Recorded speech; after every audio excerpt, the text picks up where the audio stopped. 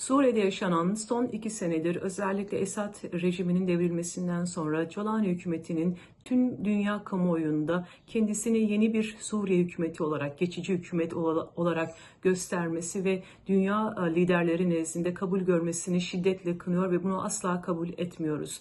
Çünkü son 2 senedir özellikle Aleviler başta olmak üzere Kürtler, Dürziler, Hristiyanlar, Araplar ve seküler Sünnilere karşı sistematik bir şekilde katliam uygulanmaktadır.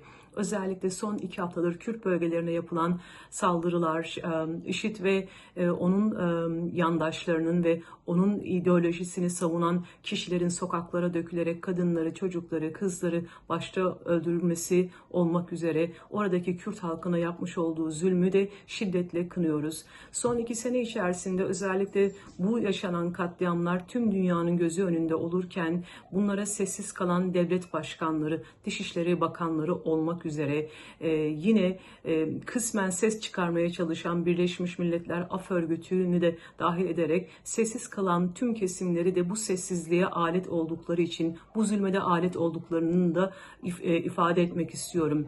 Sonuçta şiddetin yanında olmak, illaki içerisinde olmak anlamına gelmez. Bu yapılan insanlığa karşı bir zulüm, insanlığa karşı yapılmış bir haksızlıktır. Dolayısıyla Suriye'nin özellikle son 12-13 sene önce YPJ'li yani Kürt kadınlarının Rojava'yı özerk hale getirmesi, o süreç içerisindeki IŞİD çetelerine, İslami cihadistlere karşı göstermiş oldukları onurlu, gururlu mücadeleyi hiçbirimiz unutmadık. Özellikle Yezidi kadınlarının kamplardan çıkarılması, onların güvenliğinin sağlanması dahil olmak üzere son 12 senedir o bölgede, Halep bölgesi de dahil olmak üzere orada yaşayan tüm toplumların, ırkların, inançların eşit ve katılımcı bir şekilde ve barış içerisinde yaşadığını hepimiz az ya da çok biliyoruz. Ama şu an Jolani hükümeti Amerika ile birlikte o bölgelere de gözünü dikerek özellikle son günlerde IŞİD'in hapishanelerde bulunan 5000'e yakın militanını sokağa salarak bu katliamları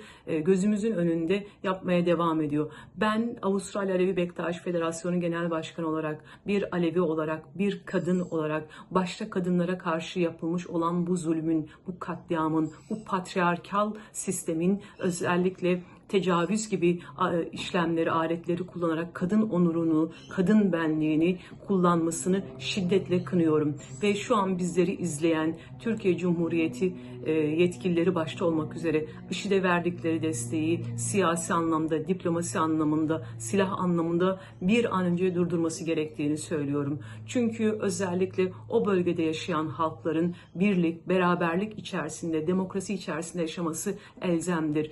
Irak'ta, Suriye'de, İran'da yaşanan katliamlar, özellikle emperyalist ülkelerin bu katliamlara çanak tutması, oraya silah yardımlarında bulunması, diplomasi olarak katilleri tanıyor olması bir gün bu kanın da Türkiye topraklarına sıçrayacağının da göstergesi olur.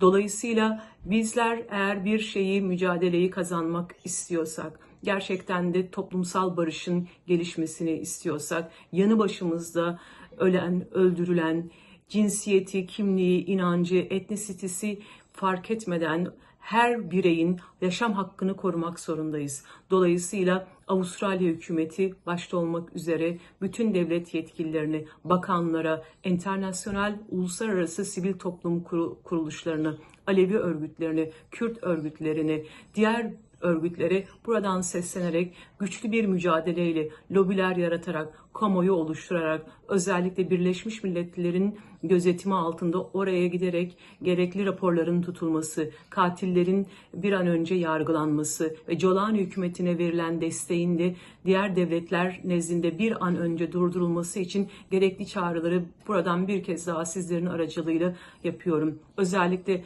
kadın mücadelesini, YPJ'nin yapmış olduğu mücadeleyi de buradan selamlıyorum. Kürt halkına yapılan zulüm asla ve asla kabul edilemez. Orada yaşayan Kürtlerin, Alevilerin, Dürzilerin, Hristiyanların, Arapların, seküler Sünnilerin ve şu an ismini hatırlayamadığım ya da kendilerini güvende hissetmeyen her bireyin bir an önce yaşam hakkı güvenlik altına alınmalıdır. Yoksa bu zulmün ortağı, bu şiddetin ortağı ve bu kan da hepinizin ellerinde olacaktır.